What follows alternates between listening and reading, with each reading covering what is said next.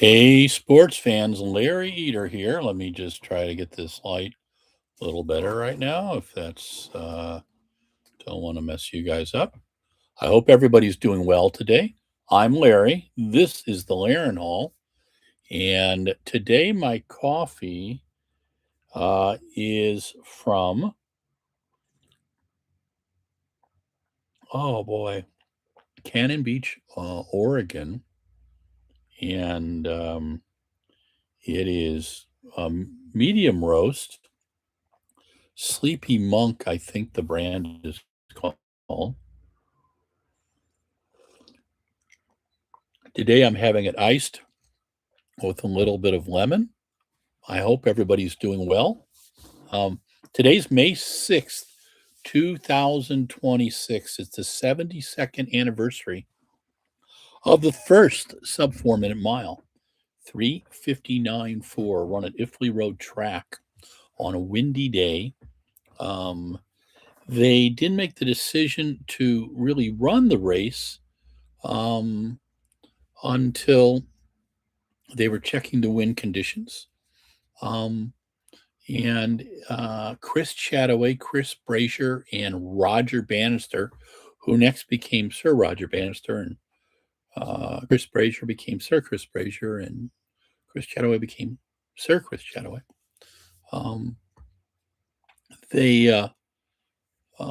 Brazier and Chataway paced Sir Roger Bannister through the first 3 laps. Roger took the lead during the 3rd lap and gave us the first time a man had gone under 4 minutes. The record, I believe, at the time was 4:01.6, dating back from 1941.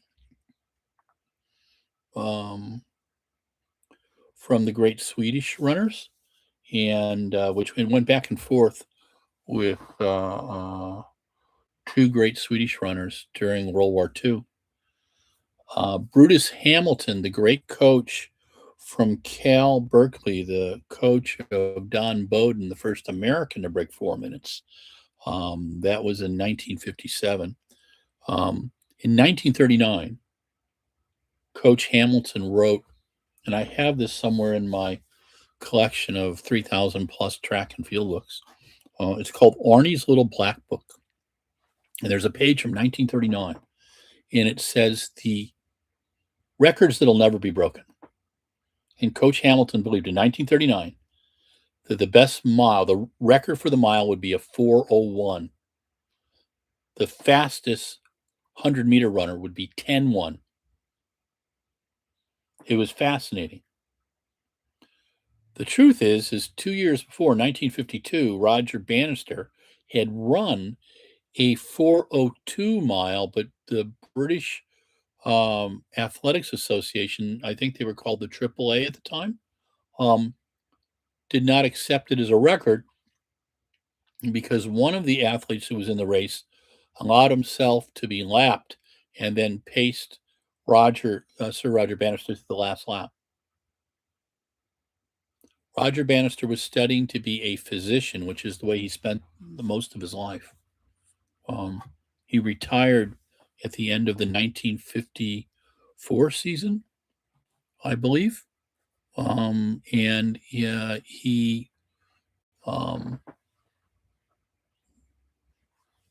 won the Mile of the Century with John Landy later that summer.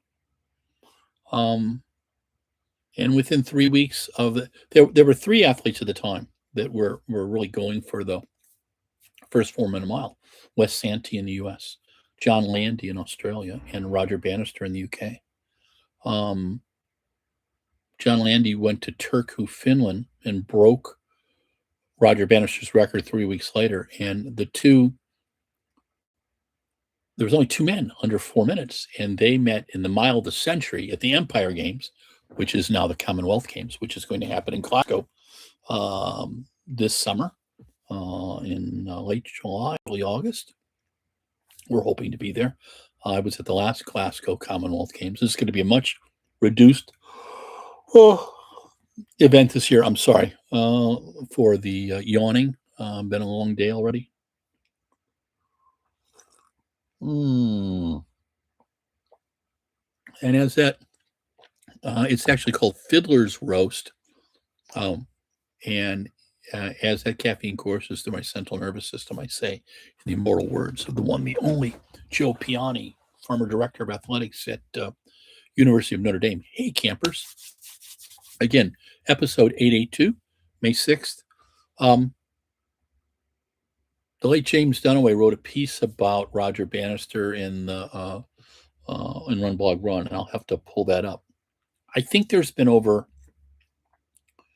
close to 5,000 performances of breaking the 4-minute mile. I still think it's a magical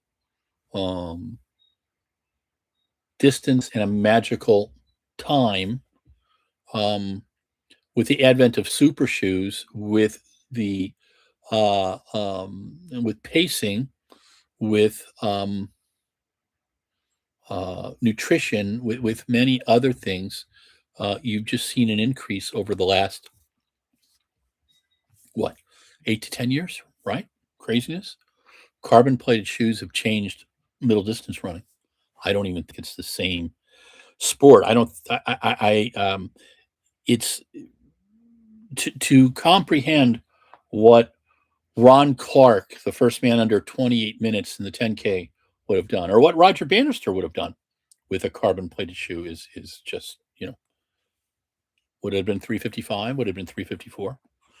Bannister was a light trainer by today's standards, top 30 miles a week, but incredible quality. Time trialing in like a 2:54 for a 1200. The week before the 4-minute mile, and you can read this all in the book, The First 4 Minutes, which is just a really fun read. It's up there with Once a Runner, with A Clean Pair of Heels by Murray Halberg. Once a Runner is by John Parker. The Loneliness of the Long Distance Runner by Alan Silito.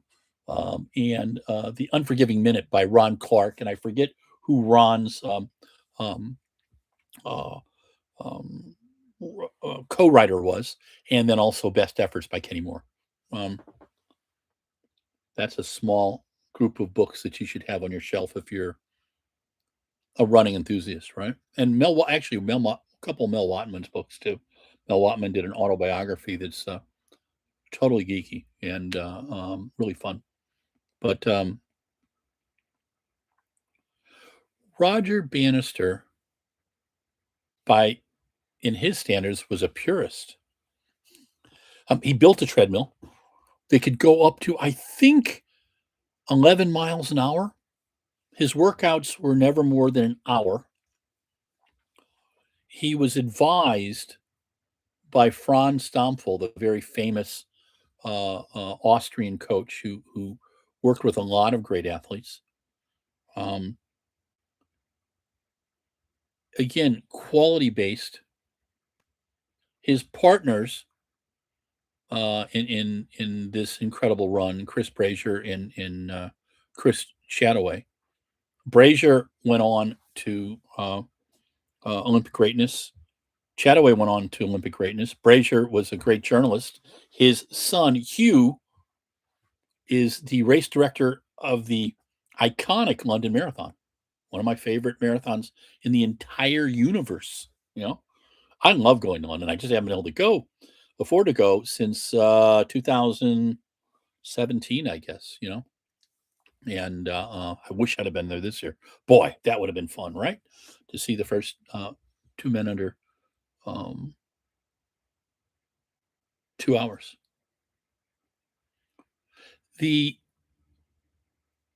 Where does the sub 4-minute mile fit in the firmament of sports moments? I think it has to be one of the 10 greatest moments in sports history. Our friends at Kimbia Athletics did a film called Climbing Mount Everest because Roger Bannister's breaking of the 4-minute mile was done the same year that the first summit of Mount Everest was done. And it was at a time it gave the British people something to cheer about because they were still getting over World War II. There was still rationing. There was still food shortages. There was just an economy that had been decimated by the war, right? It was only 9 years later. Little trivia for you: Athletics Weekly, one of my favorite magazines. Our friend Wendy Sly is the publisher. Jason Henderson, and let's see, Tim Adams and Ewan Cromley. It was the home of the great Mel Watman for many, many years. If you go back and really geek out, you're going to find the earliest edition you can find is issue 3. You want to know why? There was never issue 1 or 2. My dear Kathy was just leaving. She has been ripping out the carpet that was, as my son said, from before apartheid, meaning that was quite old. And we're down to wood floors, but the work that they have been doing is just incredible. Our house is a work in progress. It's from 1905, and many of the things are still from 1905. So I'm trying to fix some of that up, but that's another topic. The significance of the 4-minute mile. How do I address that? I think that, not to use cliches, but I'm going to use one. Our friends at Adidas years ago had a great ad line: "Impossible is nothing." And I have always loved it. I thought it was one of the greatest lines. It's up there with "Just Do It," Bono's, "There is no finish line." This is chamomile tea.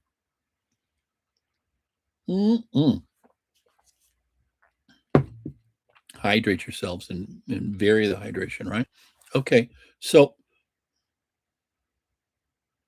I think Roger Bannister knew from about 1950, I suspect, that he thought the sub 4-minute mile was achievable. But it was really tough, and he had to put a lot of effort into it. But he had a real life. He was in medical school. He was full bore in medical school and training an hour a day. Really high quality, him, Brazier, and Chataway. And they achieved their goal. Again, like I said, 1952, they'd run a 4:02.5, and that had been disallowed. They did it at the AAA meet. I guess it's AAA meet. Someone's going to correct me, so please.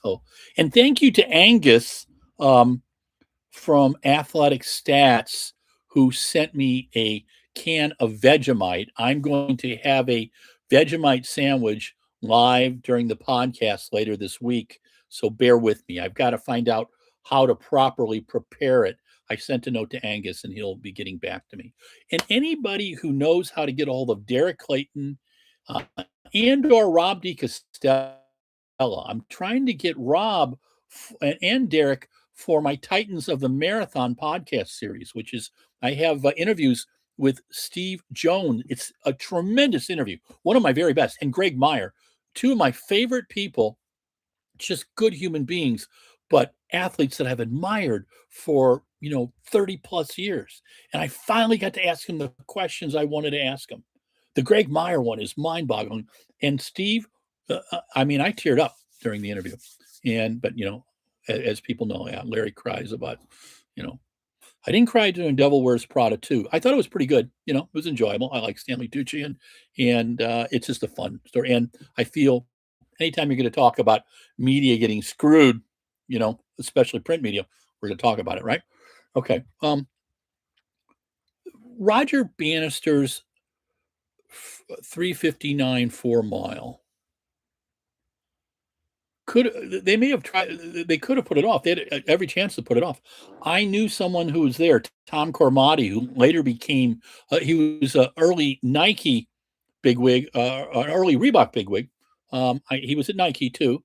Um, and he was the president of Brooks. And the reason why I started working with Brooks back in 1990, I met Tom at the Super Show in Atlanta. And I was begging for dollars. American Athletics was about a year old. And he came on.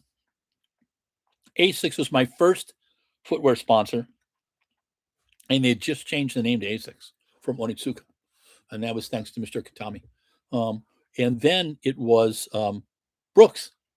And it was Tom Carmody, and then Helen Rocky, and then Jim Weber, and Dan Sheridan, and the wonderful team at Brooks, who continues to challenge me to try new things. And I like that. And I got to tell you, I am so proud of our friends at Brooks, because I was just talking to probably the most critical footwear person that I know. This person dislikes everything, right? And running healthy, lifelong runner, former 217 marathoner. And we were talking about the different brands.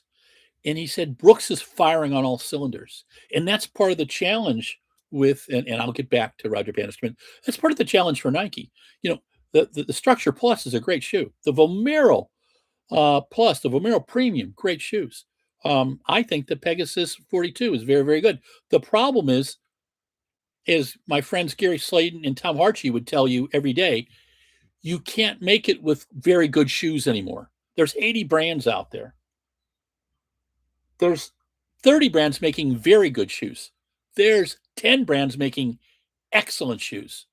If you don't have an excellent shoe every quarter, you're going to get your butt kicked. If you don't stay focused on running and taking care of running retail and go through this delusion that you're going to tell running retail to shove it up there, you're going to experience what Nike's experiencing right now. Will Nike come back? Of course they will. I've watched this happen 7 times now in their history. I've been involved with them. Well, my first Nike shoes were 1975. My first Brooks were the spring of 75. My first Nikes were the fall of 75. I was in a Brooks track spike with a Villanova with pins, 4 spikes to the plate. And it was the first time I broke 5 minutes for the mile. And I was a guy who was running 6-minute miles and finishing DFL in meets my freshman and sophomore year. I remember my sophomore year in high school, 1974, Rocket Ray Devlin, the coach at Bellarmine. I had run 12:06 for 2 miles, dead last in the Frosh Soft 2 mile. And at the league meet, WCAL, where I watched Sean James and another guy run 9:19. It was just incredible. It was a guy from Midi and a guy from Midi and a guy from Sarah under Coach Frambrini. And I went up to Rocket Ray and I said, hey, Coach, what do I do to get better? And he goes, you got to run more. So I built up to 16, 18 miles a day in my Onitsuka Tiger leather Cortezes. I got actually 1,100 miles in those shoes, 1,102 miles in those shoes. I had to use the glue sticks to keep the heel going. I just, shoes were $34. That was a lot of money for me, and but you look at I just put a picture up of Sir Roger Bannister spikes. They look like golf shoes, man.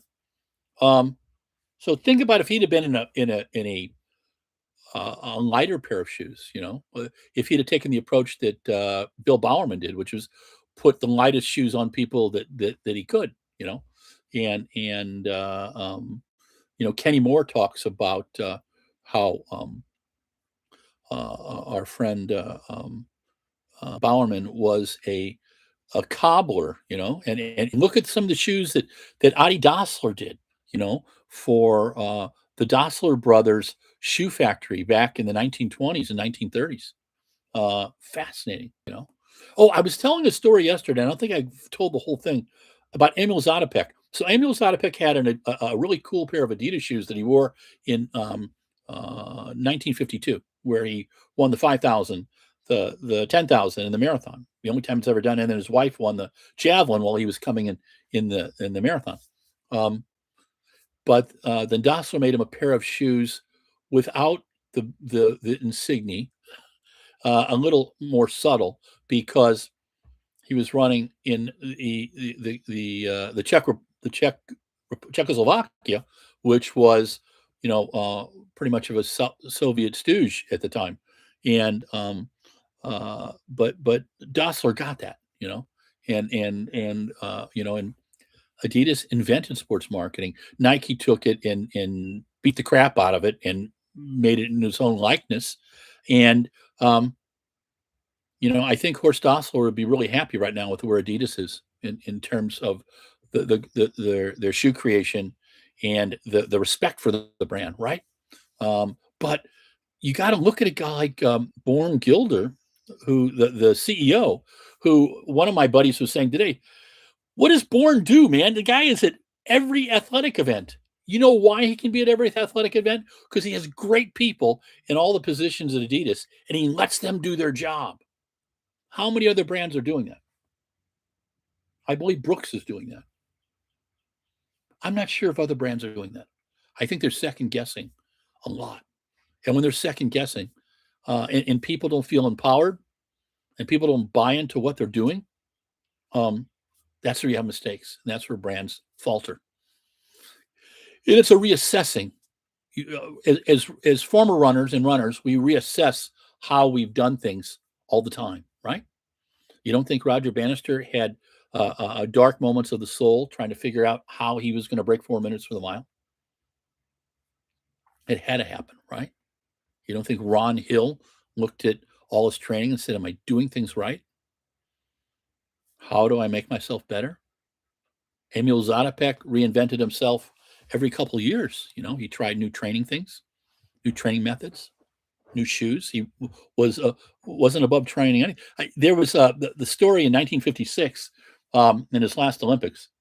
He put his lovely wife, Daniela, who was tiny thing, on his shoulders and would do 300-meter repeats with her on his shoulders. And he got a hernia. And 6 weeks out from the Olympics, he had to have surgery. He still finished, I believe, 6th there, right? Waiting at the line, apocryphally, this is what I'm told, and someone was telling me I was full of it. And again, let's check on it. Historians, let me know. That Alain Mimoun, who he had beat in every European championship, cross country, and Olympics, won the marathon in 1956, and he was waiting there to tell Emile, my friend, I have a daughter. We called Olympia. Alain Mimoun lived into his 90s. He ran until about 90. And I have pictures of him in races, man. He was like one of my heroes. But Pat Butcher, one of my favorite writers of all times, who has the book. I've got it. Where do I have my? Here's my Lonely Breed book. Hold on, let's get this right. Lonely Breed, Ron Clark and Norman Harris. If you don't have this, you need to get it. Okay. What else do I have? Do I have Butcher's book up here? I thought I did. I've got a whole bunch of books. Oh, this is another one. A Clean Pair of Heels. Murray Halberg story, as told to Garth Gilmore, famous running writer. Let's see what I got in here now, too. Oh, Marathon Man. This is one of the newer ones. Bill Rogers and Matthew Shapatin. This is supposed to be good. I've read part of that. I got to get that one done. But I'm trying to find. Here's one of the ones I treasure. This is David Hemery, Another Hurdle. Yeah, very cool. Very, very cool. And then let's see. I was trying to find one book for you, but I don't know if I've got it up here. Oh, darn. Okay, I'll have to spend some time looking for it. It's in the shelves. If you want to learn about Nike, get Swoosh, the story of Nike and the men who played there. by J.B. Strasser. It's a tremendous book. Um, and from someone who knows a lot about the lovely company, um, yeah, I think it's pretty dang good. It's a must read. So let's just put this back in here. And then this is just a interesting book about understanding China. It's banned over there. It's called The Fat Years. I got it, or Adam got it for me in, I think it was in Denmark.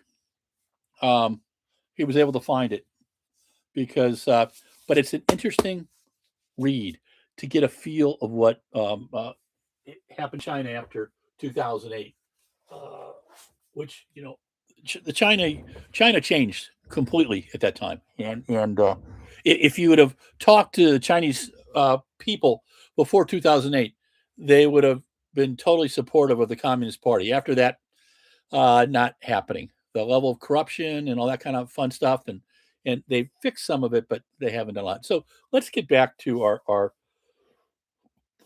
the first sub 4 minute mile. It was a huge undertaking. You can listen to the broadcast on BBC. You can watch it on YouTube.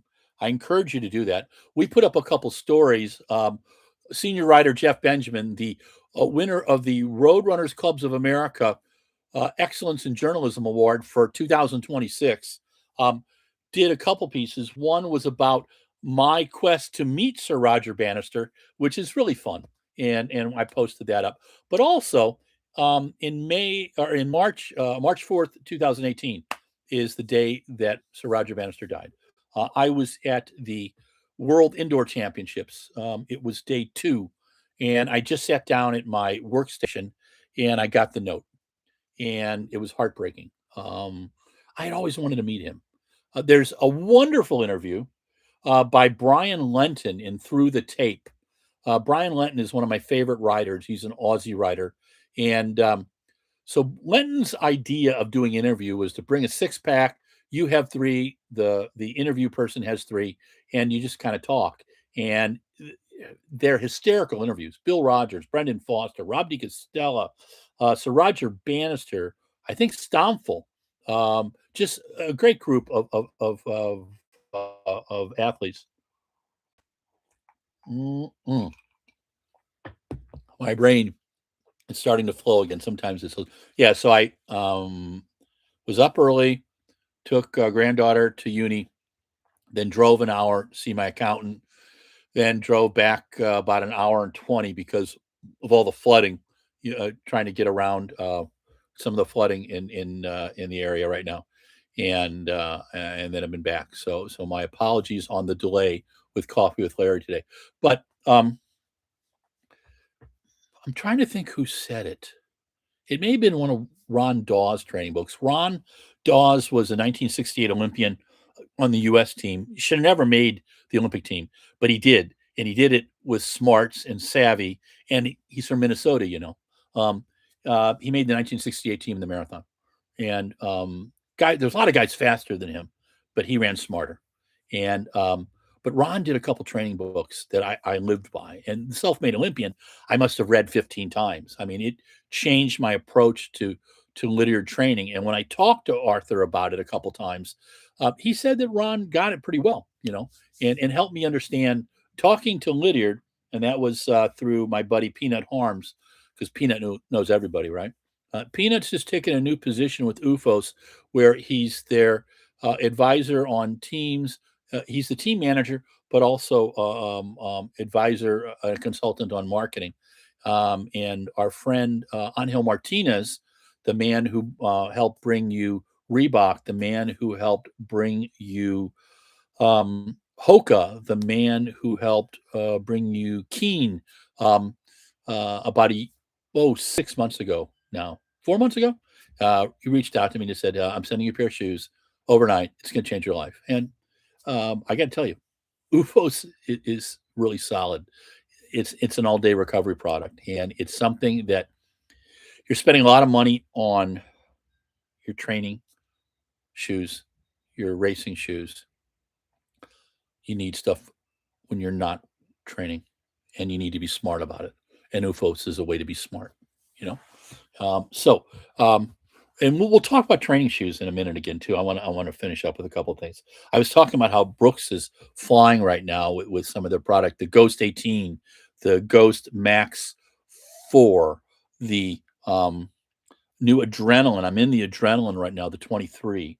Um, I just got my Pegasus 42 a couple weeks ago. Been out tooling around with that from Nike. Really like that. But I got to tell you, Brooks has really put their product together. Very, very solid. They had some dark nights of the soul during COVID, and I remember talking with them about it. And they were just kind of like, we got to get ourselves back creative again. And I remember talking to some of the design group, and they really challenged themselves to do it. And unless you assess yourself, unless you are absolutely honest with yourself, whether it be in training, whether it be in your health issues, whether it be in making the best running shoe, you're not going to do it. And that's part of the challenge. You got to have the drive. And I look at people like Tom Harchey and Kirk Richardson and Fritz Taylor and Mark Bossardet and John Capriati and Mark Nienow and some of these guys in sports marketing and in product development and Tony Bignell, a great friend.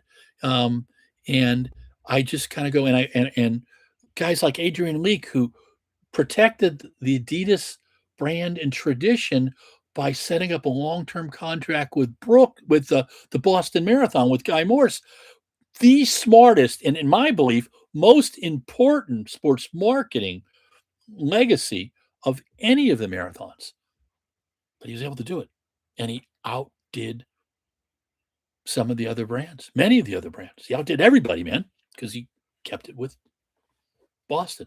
And mark my word, Boston is just an incredible thing. And let me just do this one more time. Runners are welcome, walkers are tolerated. I am so annoyed with the bullshit that has come up about that. The Boston Marathon is the most exclusive marathon in the world. 1. 2, people run it because it's exclusive. That's part of the tradition. 3, you cannot achieve the standards if you're walking. If you're running and walking, perhaps, okay? It wasn't about pissing off walkers. There's a difference between someone qualifying for Boston and someone getting into a lottery in a marathon. It's nothing good or bad, but there's people who spend years of their life trying to make the Boston qualifying mark. It wasn't pace shaming. And I am as left can be. And I do not understand the absolute stupidity in how this has been portrayed. What I'm annoyed with is Nike apologizing for it. Because the truth is, the old guys at Wyden and Kennedy, the old guys at in Nike advertising, know that Nike got exactly what it wanted. It created controversy. Brands talked about it. The best response was our friends at UFOS. UFOS just said, hey, man, we don't do running shoes. It's true. And some other brands said, runners and walkers are welcome. And that's great. But it was a conversation, and that's all fine. But then I've seen some Instagram stuff where, Nike is so terrible. And Nike, okay, these are corporations, all right? The Nike hate, the Nike shaming. Are there things that Nike has done? Yes. And the brands that are doing well, look at Brooks. Brooks does not define itself by where they sit in the food chain with Nike. They define themselves by what Brooks does. ASICS got back on the saddle about 5 years ago. When after just totally a shit 5 or 6 years, they destroyed their American. They got everybody with a brain out of ASICS running in the U.S. And they just let the brand just kind of wallow. And about 5 years ago, they started asking the right questions. The product is superb. I've got 2 pairs of ASICS shoes. Really impressed them. I'm really impressed with the apparel. There is a ASICS sweatshirt that Ben Cesar sent me. I got to tell you, it's like one of my favorite 5 pieces of clothing, and I love wearing it. It's just the right weight, and in the weird weather that is Wisconsin, where it changes every 3 hours, right? It's a perfect top, and I like that kind of stuff, right? It's the little things. Um, Saucony is a wonderful brand. The problem is they're with Wolverine. If they were anywhere else, they'd be kicking ass. And they're doing some smart things. I love what they've done with FlowTrack, and how um, they're becoming part of the conversation, which is a big part of it. And we see HOKA and On and Brooks and Nike and Adidas all over Instagram. I think Adidas is probably doing the best there. And I'm fascinated with all the NIL stories, and um, and it's becoming a bigger and bigger deal, right? Um, and you've got coming up. Wow, you got a whole bunch of meets coming up, and let's finish up with that for today. You've got the LA Track Fest, Sound Running. Um, they put together incredible meets. It's being sponsored by Skechers Run, by the USATF Foundation, and WebMD. It's going to be at Drake Stadium at UCLA on the 23rd of May, and I encourage you to go. I think it's going to be a fantastic meet. Josh Kerr and Jake Whiteman and Donovan Brazier in the 800. Cooper Lukenhaus is going to be in the 1500. Shelby Houlihan is going to be in the 5,000. They're going to have some incredible races, right? And I'm pretty excited about it. And I'm trying to figure a way to get out there. It's just, got to watch the Bucks, kids, because I got the Europeans coming this summer, the Commonwealth Games coming this summer, USATF coming this summer, Nike Pre coming this summer. And, my days at Chippendales, yeah, that's over, kids. It's just not happening. And so, it's we work with our sponsors, and we'll see what we can do. So you've got that on the 23rd. Then you've got the HOKA Festival of Miles, an event I really, really like in St. Louis. It's St. Louis University High Track, where I ran back in the 1970s. Yes, I think I ran like a 6:03 mile there, right? When a kid, the top, he was was he a 7th grader, 8th grader? He was a 7th grader. And this kid ran 4:59.4, and he wore shades. He looked like Jerome Drayton back then. Look up Jerome Drayton. He's a great Canadian. Mm. So you've got the HOKA Festival of Miles on the 4th. On the 7th, you've got the Brooks PR Invite out in Renton, Washington, at the Renton Memorial Stadium. And there's junior high competition, there's high school competition, and I believe there's some elite. I'll double check the schedule and share with you on that. Also on June 7th is a meet that's close to my heart, the Adrian Martinez Classic. It's sponsored by UFOS, and we're one of the sponsors in there too. I believe Marathon Sports, our friends at Marathon Sports, are highly involved with it. The meet's been going on for, my gosh, 10, 12 years. And for me, it used to be old home week. I would jump on a plane wherever I was and head out there. Adrian Martinez was a young runner, and he passed away way too early. But his love of life is celebrated, and they do some really cool things. They have a scholarship fund, and they have an 800, a 1500, a 5,000, and they get some really great performances. It's a low-key meet. It's outside of Boston. Stephen Lane puts it on. He's a particularly good writer, and I'll have to share his book with you. I'll bring that down. That's up on my bedstand. I've got like 15 books up on the bedstand. Yeah. And then I've got Volker Ulrich. We'll talk about Volker Ulrich tomorrow and when we do our history session, right? So today again is May 6th, 2026. 72 years. Is it 72 years ago? Yeah, 72 years ago, 1954, May 6, 1954. Roger Bannister ran a 3:59.4 mile at the Iffley Road track at Oxford. He made history. He's the first man under 4 minutes. Since then, there's been about 5,000 performances, um, sub 4 minutes for the mile, indoor and out, close to what, maybe 1,500 people. But there's some guys, I mean, you got Steve Scott and John Walker and Ray Flynn, who ran, all ran what, almost 100, 1,500s or sub 4 minute miles. And, but Sir Roger was the first. And Chris Brazier and Chris Chataway, they made history. The Three Musketeers made history that day. It was a windy day. The race could have been canceled, but they didn't. And the word got around the university. Tom Carmody, the former president at Brooks, was at Oxford that day. And he told me that there was a rumor there was going to be this big mile race. And I think he got over there at the last minute. And I've got a couple pictures of the race. And if you want to just be really touched, go on YouTube and look up the first 4 minute mile and watch the video. It's a great newsreel from BBC.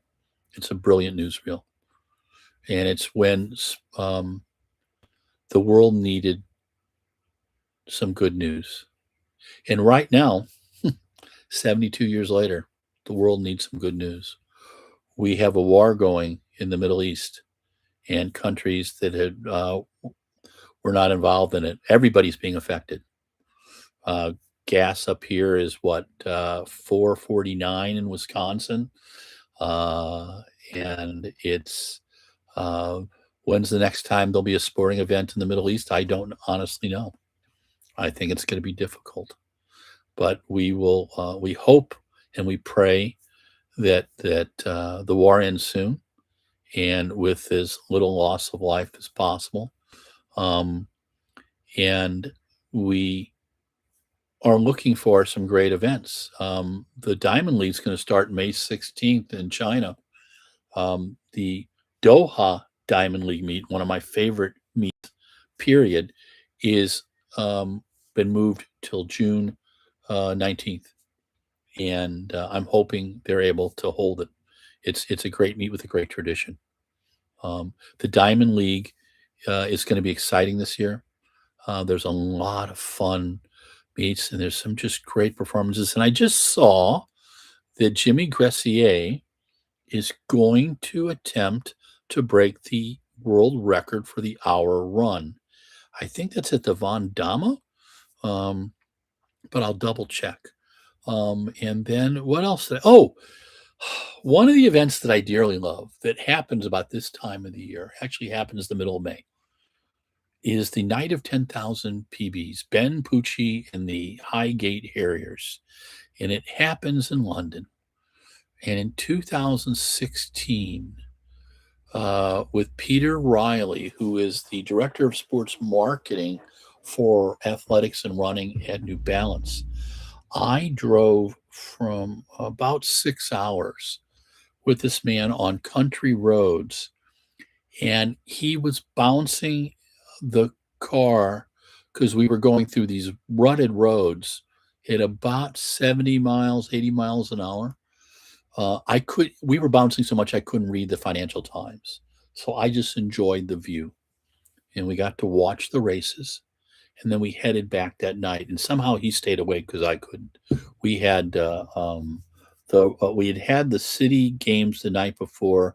We went and watched the Night of 10,000 PBs. It was one of my favorite nights. The next year, 2017, I brought my son Adam and Rachel, and we went, and Adam filmed me, and I did some pieces on the event, and we absolutely loved it. Well, it's been on hiatus for a couple of years, and we're hoping it comes back next year because it was one of the first events to celebrate the 10,000 meters. And it was one of the first single event type of meets. After that, 5 nights of 5,000 PBs happened. And, our friends at Sound Running did the 10, which they do a brilliant job with, but it's not the Night of 10,000 PBs.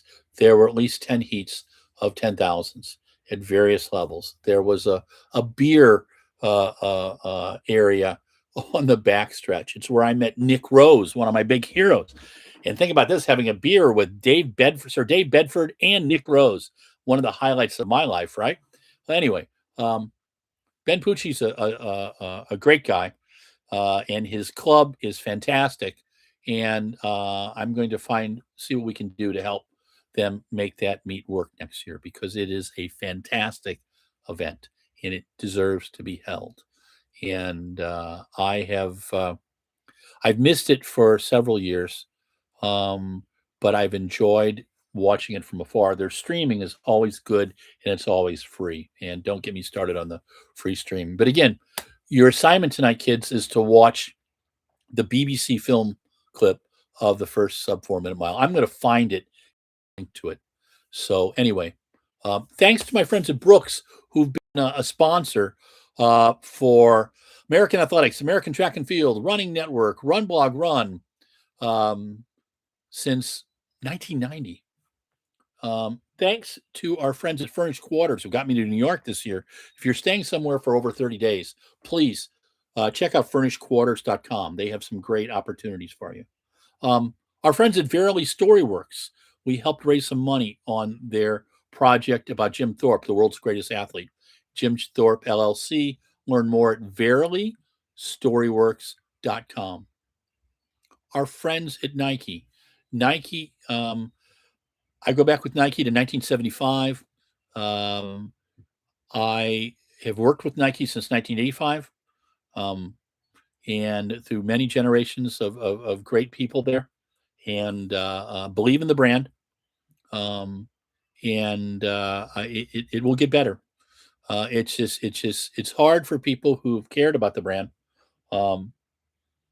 and to know that all these brands are more than corporations, because it's the human capital that's the important thing, right? But check out some of the new shoes. I'm really curious to see the new Nike LDV 1000 ACG. It takes me back, because I remember Paul Trey and I running in that thing. We put some serious miles in that puppy, the old LDV, back in, what was it, 77, 78? I think Bob Lucas was running in that with us too. And then right now I've got the Pegasus 42, which I think is a great shoe for high school runners. Okay. And I don't think that high school runners need carbon plated shoes. Perhaps if you want to use it for racing and maybe one hard day a week, but you need something like a Ghost Max 3, a Fomero Premium, a Saucony Hurricane for your easy days and long days, and then find the shoe for you that is a great shoe for hard days. And I think the Pegasus is great. I think the Ghost 17. I'll be trying the Ghost 18, and I'll tell you more about that. The Hyperion from Brooks is really, really good. But find the shoes that work for you. And that's why you go to a local running store and you try on at least 6 brands. Okay. And if they start giving you shit about trying on the shoes, go to another store. You do it at the end of the day. You take a pair of clean socks and you ask them for advice, but you also try the product on. Okay. And if it's not working there, go on to Running Warehouse, because Joe Rubio and his team have got more than enough information for you there. I just encourage people to try product on. It's not that I love Joe and I love what Running Warehouse does. I just think you need to be in a brick and mortar environment for shoes. Okay. That's my shtick. All right. Hello to Steve Vitonas. Hello to Charles Alexander, to Jeff Shaver, to my son, Adam. And they've got a new dog they haven't named yet. Adam and Rachel have a new dog, and they had lost Sumo. Sumo, the wonder dog, was a blue heeler, and he was 11 years old. And he was a lot of fun. Him and Hachi, who passed away last year at the age of 13. I was the grand, daddy doggy sitter, and always loved hanging out with the dogs. Now I've got cats, Smokey and Bandit, who I drive absolutely batshit crazy. Anyway, thank you for spending some time today with me. I'm going to get back to writing and get some stories up. But run, jump, and throw today. Tell someone you love them. Do a random act of kindness. Oh, we forgot our friends at UFOS. UFOS has begun working with us, and they're the all-day recovery brand at ufosrunning.ufos.com. OOFOS. Check them out. The Club Plus shoes, and they've got a new sandal. It's a plus as well. That's I haven't tried yet, but I will, and I'll share with you how I like that. Okay. But run, jump, and throw today. Tell someone you love them. Do a random act of kindness. Again, this is May 6th, 2026. 72 years ago today, Roger Bannister, Chris Chataway, and Chris Brazier made history. They broke 4 minutes for the mile, 3:59.4. That's what it said on the clock. That's what was read on BBC. That's what Mr. Guinness said from the Guinness Book of, would become a Norris McWhirter, who would become the man behind the Guinness Book of World Records. That's how he announced the race. Listen to the BBC clip. Find it. I'm going to find it and put it up. But thank you again for, and hi to Jeff Benjamin. My buddy Jeff is always out there sending me stuff. He's the first text I get in the morning, the last text I get in the evening. So Jeff is our senior writer for all things crazy and all things East Coast and all things Staten Island. Hello to Stuart Weir. Got to say hi to Stuart today. Stuart has written over 1 million words for RunBlogRun. And hello to my dear brother Brian, the co-founder of RunBlogRun, who is working tirelessly to make the site better and faster and trying to teach me how to be a non-Luddite. Okay? All right. Talk to you soon. Episode 882 is now over.